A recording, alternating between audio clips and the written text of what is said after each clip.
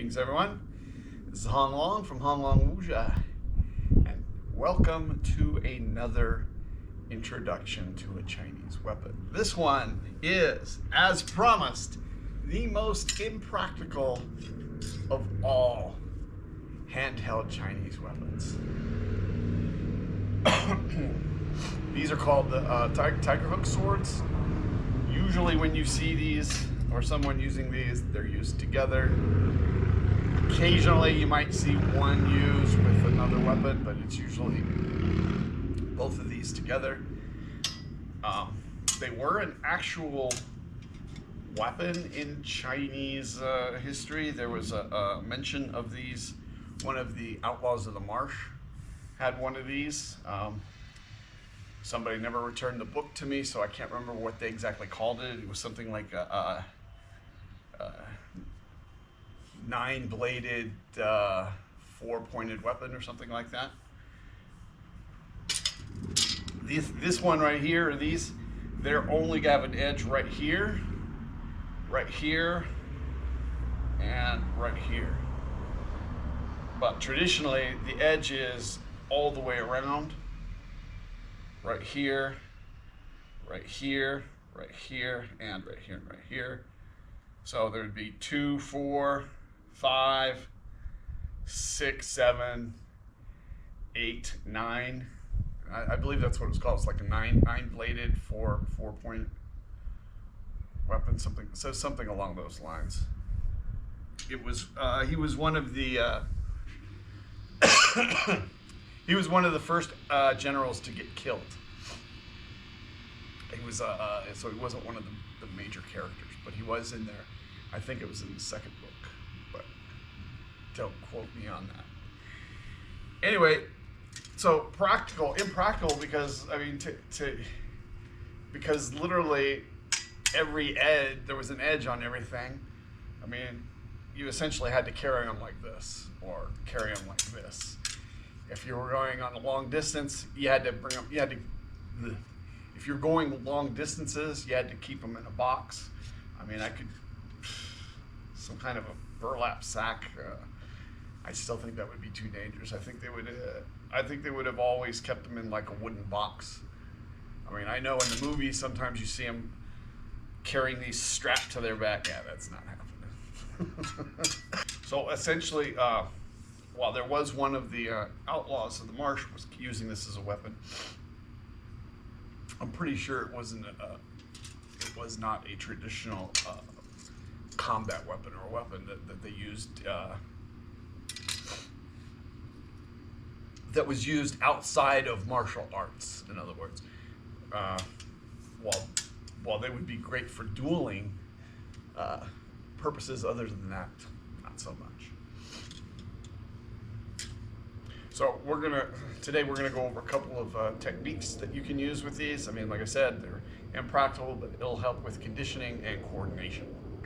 So let's get to it. All right, so first off, we're gonna do the most basic move, and that is to strike and bring back.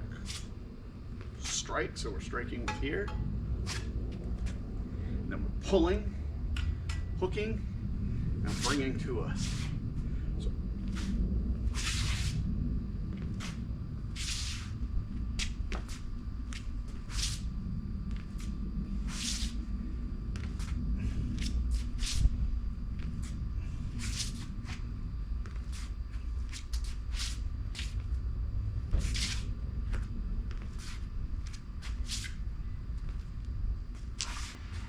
all right, so the next one, stabbing with the ends, and then striking with the moon handles. So, 1, 2, 1, 2, 1, 2, 1, 2.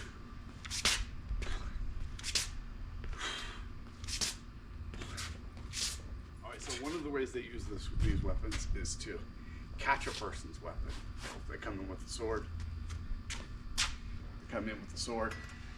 catch it, and then hook it, and then you got that weapon. And then as you do that, you strike with the other one. So we're going to hook, strike, hook, strike, hook, strike, hook, strike, hook, strike, hook, strike.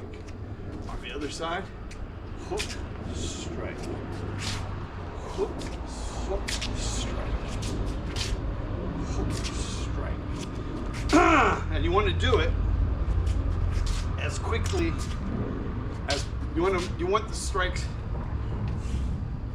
You want the moves to follow as quickly upon one another as possible. So grabbing the sword and striking. So there's no time to react. Okay. All right, so now we're going to do horizontal strikes. Strike, strike, strike, strike, strike, strike, strike, strike, strike, strike, strike, strike, strike.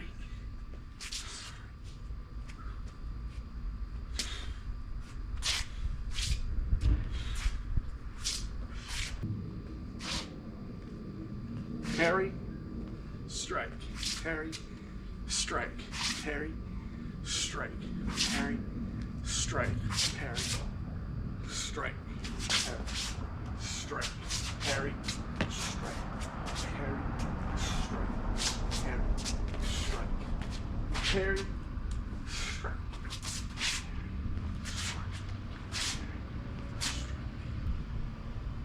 now, of course, there's always the Master Ken move where you block, strike, and rip.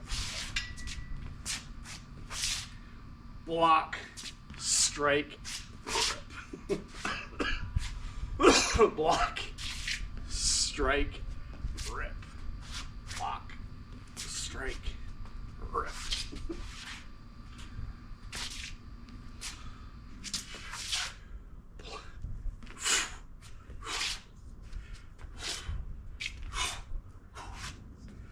All right, that was a couple of moves, a couple strikes that you could use with the Tigerhook swords.